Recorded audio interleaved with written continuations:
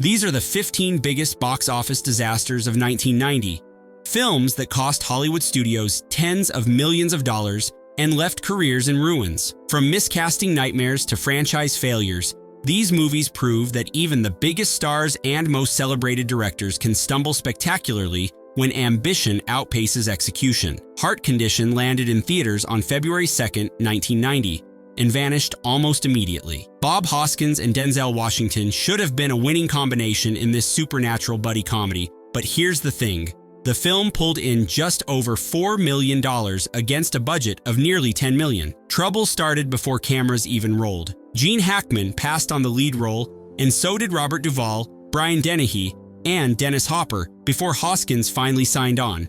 Washington agreed to join only after demanding the filmmakers tone down racial stereotypes in the original script, which had painted his character as a flashy caricature. None of those fixes mattered in the end because the movie never found its footing with audiences. Roger Ebert pinpointed the core problem when he noted the plot tried to be all things to all people, cramming comedy, tragedy, drama, fantasy, reality, cop picture, and buddy movie into one package. A February dumping ground release date sealed its fate, and the film opened 9th at the box office before disappearing entirely. Today it sits at 10% on Rotten Tomatoes, and Vulture ranked it dead last among all 47 Denzel Washington movies in their 2021 analysis. Loose Cannons opened on February 9th, 1990, and earned a distinction few films can claim: a 0% rating on Rotten Tomatoes from 18 reviews. Gene Hackman and Dan Aykroyd starred in this buddy cop comedy that cost $15 million to make,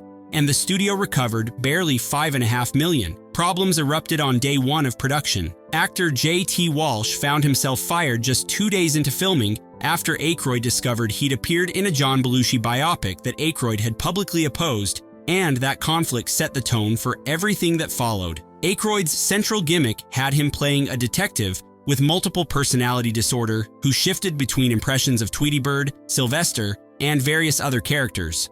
Critics found the whole approach annoying rather than funny, which meant audiences stayed away in droves. Gene Siskel called it the cop buddy comedy that hits new lows in an undistinguished field. The Washington Post offered an even more brutal assessment, noting that Hackman mostly just stood around watching Aykroyd with the look of a man who has something unspeakable on the sole of his shoe. Theaters pulled the film after just 2 weeks. And that's when something strange happened years later in 2013, when film footage turned up in a Calgary landfill and police contacted Aykroyd about it. His response became legendary. The movie should have been left in the landfill where it belongs. Firebirds arrived on May 25, 1990, positioning itself as Top Gun with helicopters instead of fighter jets. Nicolas Cage, Tommy Lee Jones, and Sean Young headlined the picture, which burned through $22 million and recovered under $15 million domestically. The production secured extensive U.S. Army cooperation, filming at Fort Hood, Texas, with over 100 military personnel providing support and authenticity. Aerial stunt sequences came from the same coordinator who'd worked on Top Gun. But here's where the strategy backfired. Those constant comparisons only highlighted how ordinary Firebirds looked next to its inspiration. Roger Ebert admitted it was tempting to say he might have liked the movie more if he'd never seen Top Gun, but then added that even without that comparison, Firebirds would still seem completely ordinary. The New York Times went harder, calling the film full of unintentional laughs and criticizing Cage for never listening to or seeing anybody else in a scene because he was too busy monitoring his own attention-getting responses. A Memorial Day weekend release put it head-to-head against Back to the Future Part 3, which crushed it completely. 8% on Rotten Tomatoes tells the rest of the story. Graffiti Bridge represented Prince's attempt to recapture the magic of Purple Rain, and what audiences got instead became one of 1990's most spectacular failures. This $7.5 million production earned barely $4.5 million when it opened November 2nd, 1990. The project cycled through multiple iterations before reaching the screen. Madonna was briefly considered as a co-star before backing out, and Prince fired his management team over creative differences during development. Principal photography wrapped in just 36 days, with editing completed barely a week before the premiere, which meant nobody had time to fix the problems everyone could see. Critics complained that artificial soundstage sets couldn't replicate the authentic Minneapolis locations that made Purple Rain feel so alive. Roger Ebert placed it on his worst of 1990 list, pointing out that the energy, passion, and conviction of the first film were all missing. Gene Siskel questioned whether Purple Rain had been a fluke. 5 Razzie nominations followed, including Worst Picture, Director, and Actor. Prince defended the film by saying maybe it would take people 30 years to get it, comparing the initial reception to how critics had treated The Wizard of Oz. The soundtrack album topped the UK charts, which only made the movie's failure sting more. The Two Jakes was supposed to arrive as the triumphant sequel to Chinatown, coming 16 years after the original. $25 million later, the film earned just $10 million and destroyed legendary Hollywood friendships that had lasted decades. The development history reads like a Hollywood horror story that nobody could have invented. Back in 1985, producer Robert Evans insisted on playing one of the lead roles himself despite having minimal acting experience. His co-star reportedly laughed at his poor performances during rehearsals, and Evans refused to get a period-appropriate haircut for the 1940s setting. What happened next became infamous. Evans underwent dramatic plastic surgery, bringing pictures of cats to the surgeon to achieve his desired look, and Jack Nicholson, along with writer Robert Towne, were reportedly horrified by the results. Days before shooting, Towne fired Evans from the acting role. The entire production collapsed, and Paramount absorbed a $4 million loss on the abandoned version. When the film finally reached theaters in 1990, with Nicholson directing and Harvey Keitel stepping into the supporting role, that 16-year gap proved insurmountable. Roman Polanski, who directed the original, acknowledged the film was extremely difficult to follow. The damage to relationships became permanent. Robert Towne stated in 1998 that he hadn't spoken to Nicholson in over 10 years and questioned whether they'd ever actually been friends at all. Quick Change marked Bill Murray's only directorial effort, a passion project he co-directed with Howard Franklin that released July 13, 1990. $17 million went into making it, and just over $15 million came back domestically. Finding a director proved nearly impossible during development. Jonathan Demme became unavailable, and Ron Howard turned the project down after reading the script because he felt there was no character to root for. After failing to secure anyone else willing to take on the material, Franklin and Murray decided they'd direct it themselves, which created its own set of challenges. A crowded summer season worked against the film from opening day, with Die Hard 2 and Ghost competing for the same audience. Quick Change opened in 7th place and never gained traction after that disappointing start. Murray complained to Roger Ebert about Hollywood's growing obsession with opening weekend numbers and expensive television marketing that smaller films couldn't afford. Ebert gave it 3 out of 4 stars, but noted the comedy was funny without being inspired, wondering aloud whether having 2 directors contributed to its inability to be more than just efficiently entertaining. Constant HBO airings throughout the 1990s eventually built an audience, and the film now ranks among Murray's most underrated performances. Cry Baby came from John Waters as his follow-up to Hairspray, and it carried extra weight as his first film after the passing of his muse Divine. 5 times Hairspray's budget went into making it, somewhere between $8 and $12 million. But the film earned roughly the same revenue as its predecessor at just over $8 million domestically. The eclectic cast drew attention before anyone saw a single frame of footage. Johnny Depp starred alongside Iggy Pop, Ricki Lake, Tracy Lords, and Patricia Hearst in her acting debut. Tracy Lords, transitioning from adult films to mainstream work, was served an FBI subpoena right there on set, and Waters wanted to give her a safe, creative environment for that career shift. Critics complained that Waters had softened his jabs considerably compared to his earlier transgressive work, which disappointed fans expecting something edgier. Roger Ebert gave it 3 out of 4 stars anyway, calling it a reminder that today's teenagers will grow up to be tomorrow's adults. That commercial failure in 1990 looks completely different against the film's later legacy. A 2008 Broadway musical adaptation received 4 Tony nominations, including Best Musical, and won the Drama Desk Award for Outstanding Choreography. Waters himself pointed out that while everyone thinks Hairspray was his big musical, Cry Baby was actually his true musical because Hairspray was really his dance movie. Miller's Crossing stands as one of cinema's great critical reappraisals, a film that flopped in 1990 and eventually earned recognition as a masterpiece. The Coen brothers' gangster picture cost between $10 and $14 million and pulled in under $5 million domestically during its theatrical run. Today, it holds a 93% rating on Rotten Tomatoes and a Criterion Collection release. Production challenges nearly derailed the film before shooting began. The Coens suffered severe writer's block on the dense, intricate plot and took a 3-week break specifically to write Barton Fink before returning to complete the script. 2 days before principal photography, actor Trey Wilson passed away unexpectedly, forcing Albert Finney to step in at the last moment with almost no preparation time. 1990 brought a glut of gangster movies to theaters, with Goodfellas, King of New York, and State of Grace all competing for the same audience. No major star power and a limited release strategy meant Miller's Crossing couldn't break through the noise. Audiences found the Byzantine plot too dense and confusing, giving it a C- cinema score that warned other viewers away. Vincent Canby of the New York Times called it weightless, though he noted audiences had once been similarly baffled by Howard Hawks' The Big Sleep. Time magazine later selected Miller's Crossing as one of the 100 greatest films made since the magazine's inception, proving that sometimes audiences simply need decades to catch up.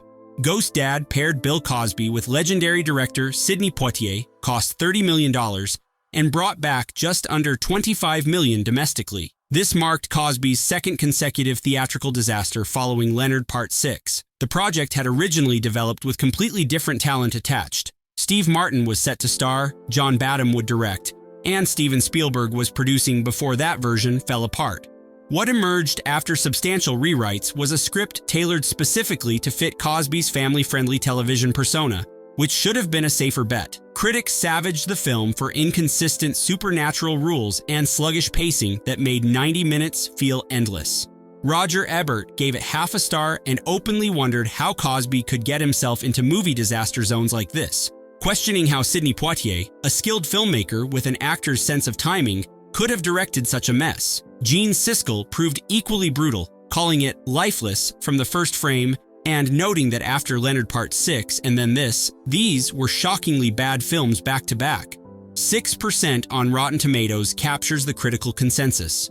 Poitier never directed another film after this experience, and Cosby's movie career effectively ended, though television kept him successful for years afterward. Gremlins 2, the new batch, delivered one of the most dramatic sequel declines in Hollywood history when it opened in 1990. The original 1984 film cost $11 million and grossed $153 million worldwide. 6 years later, the sequel cost $50 million and earned just $41.5 million, representing a 73% drop in audience. Director Joe Dante had refused to make a sequel for years before Warner Brothers finally convinced him to return by offering unprecedented creative freedom. He used that freedom to craft a self-aware parody of sequels and corporate culture that delighted critics but confused general audiences. Steven Spielberg reportedly wasn't amused by the anarchy and ordered scenes cut, claiming there were too many gremlins overwhelming the story. That 6-year gap between films meant the original audience had grown up and moved on to other interests. Dante himself acknowledged that too much time had passed, possibly reducing public interest beyond recovery. Warner Brothers moved the release date to compete directly against Dick Tracy, a strategy that backfired completely. Entertainment Weekly noted the film was wittier, better, and more subversive than the original, but ticket buyers disagreed with that assessment. Dante later confirmed on a podcast that Gremlins 2 had never broken even, and the failure damaged his career so badly that he never recaptured major studio trust. Havana reunited Robert Redford with director Sidney Pollack for what became their final collaboration after years of successful partnership. Between $40 and $45 million went into making it, and just over $9 million came back domestically, marking Redford's first major box office deficit. U.S. law prevented filming in Cuba, so the production built an elaborate quarter-mile-long street of facades in the Dominican Republic, representing Havana's casinos and hotels. That set alone cost $3 to $4 million and took 20 weeks to construct, requiring 2,000 extras wearing 8,000 to 10,000 different costumes to populate it convincingly. Critics unfavorably compared the film to Casablanca, and Redford at 54 was considered too old for the romantic lead role he'd taken on. Variety noted that Pollack and Redford had lost their normally dependable quality touch with this material. Pollack himself expressed bewilderment at the failure, admitting he thought Redford was great and that he usually could understand why his pictures didn't succeed, but this one left him genuinely baffled. 27% on Rotten Tomatoes reflects the consensus that the film squandered its convincing recreation of pre-revolution Cuba by using it as a disconnected backdrop to a turgid romance nobody wanted to watch. Air America paired Mel Gibson with Robert Downey Jr. in a $35 million production that pleased almost no one when it finally reached theaters on August 10, 1990. 9 years of development trouble preceded that release date. Sean Connery and Kevin Costner were originally attached before becoming too expensive for the budget, and multiple directors cycled through the project without getting it off the ground. The 500-member crew eventually filmed across 49 locations in Thailand, London, and Los Angeles, plagued by 2 earthquakes and a typhoon during production. Downey performed dangerous stunts hanging from ropes over Thai temples after the director rejected safer alternatives that would have required blue screen work. Negative test screenings led to last-minute reshoots and an entirely new ending 6 months after principal photography had wrapped. The New York Times declared the muddled film failed on every possible level, as action film, as buddy film, as scenic travelogue, and even as a way to flaunt Mel Gibson's appeal. 12% on Rotten Tomatoes confirmed the critical rejection. The director expressed astonishment when the film failed, calling it one of his favorites from his nearly 60-year career. One positive outcome emerged from the wreckage. Gibson and Downey became lifelong friends on set, and Gibson later helped Downey through personal struggles, reportedly paying for his rehabilitation during difficult years. Another 48 Hours grossed over $150 million worldwide, yet it belongs on any list of 1990 disasters because of what happened behind the scenes. The $45 million sequel to the 1982 original Damaged Careers destroyed creative visions and left behind a legendarily butchered film. 145 minutes was the original cut's runtime. Editors trimmed it to 120, and then Paramount panicked when Total Recall opened strongly the previous weekend and slashed another 25 minutes just 1 week before release. That footage vanished, destroying narrative coherence completely. Actor Brian James lost every major scene he had, and he later described attending the press screening as like getting kicked in the stomach when he saw what wasn't there. The phrase 48 hours never appears in the finished film. Eddie Murphy accused Paramount of insufficient advertising while the studio alleged Murphy hadn't promoted the film adequately, and that conflict damaged their long-running partnership responsible for Trading Places, Beverly Hills Cop, and Coming to America. The New York Times compared it unfavorably to classic star vehicles, noting it was as much a showcase for Murphy as the gorgeous hussy had once been for Joan Crawford. Despite decades of fan interest in seeing the complete version, that extended footage has never been officially released. The Adventures of Ford Fairlane attempted to transform Andrew Dice Clay into a movie star, spending between $40 and $49 million on the effort. 21 million came back, and the film collected 3 Golden Raspberry Awards, including Worst Picture and Worst Actor. Clay's controversy preceded him everywhere. MTV banned him after his 1989 Video Music Awards appearance, and when he hosted Saturday Night Live in May 1990, cast member Nora Dunn and musical guest Sinead O'Connor boycotted the show entirely. That MTV ban meant the network couldn't show Clay in film promotions, severely limiting marketing options for reaching younger audiences. Fox originally scheduled the film for May, but moved it to July, hoping to build awareness, which placed it 1 week after Die Hard 2 from the same director, Renny Harlin. That scheduling decision cannibalized promotional efforts across both films. Billy Idol was originally cast in a supporting role but dropped out after a motorcycle accident forced his replacement. The Rotten Tomatoes consensus called the expensively empty action comedy as much fun as a car crash.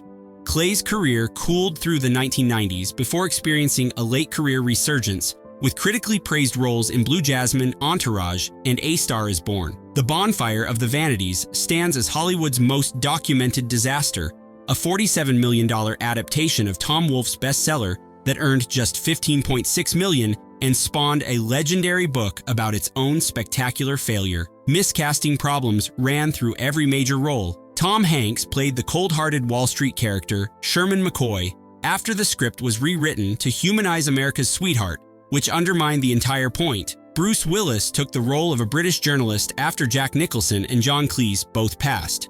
And Morgan Freeman played a judge whose character was changed from the original novel to avoid controversy. Journalist Julie Salomon documented the production chaos in real time for her book, The Devil's Candy. Melanie Griffith had cosmetic surgery mid-production, creating continuity issues throughout the film. Bruce Willis was generally disliked by cast and crew during the shoot. Bronx filming locations erupted in protests, with locals throwing eggs at the crew. An establishing shot of a plane landing cost $80,000 because the director refused to use stock footage. 5 Razzie nominations followed the release. Rolling Stone wrote that the film achieved a consistency of ineptitude rare even in an era of overinflated cinematic airbags. Tom Hanks later told Oprah Winfrey he regretted taking the role because it was one of the crappiest movies ever made. Director Brian De Palma acknowledged the initial concept was incorrect, admitting they'd made choices that in retrospect were simply wrong. The disasters of 1990 share lessons that remain relevant today. Miscasting destroyed prestige projects, unnecessary sequels disappointed audiences who remembered the originals fondly, studio interference damaged creative visions beyond repair, controversial stars alienated mainstream viewers, and self-indulgent auteurs lost all perspective on what audiences actually wanted. The year also demonstrates how unpredictable legacy can be over time. Miller's Crossing and Crybaby, commercial failures in 1990, are now celebrated with Criterion releases and Tony-nominated musicals that nobody could have predicted. The contrast with 1990's successes proves instructive when you look at the numbers. Home Alone, Ghost, and Pretty Woman all succeeded with modest budgets and high concepts, while expensive star vehicles repeatedly crashed and burned. $47 million couldn't save the Bonfire of the Vanities, but $18 million made Home Alone a phenomenon that defined a generation. Sometimes Hollywood's costliest mistakes teach the simplest lessons about what audiences actually want to see.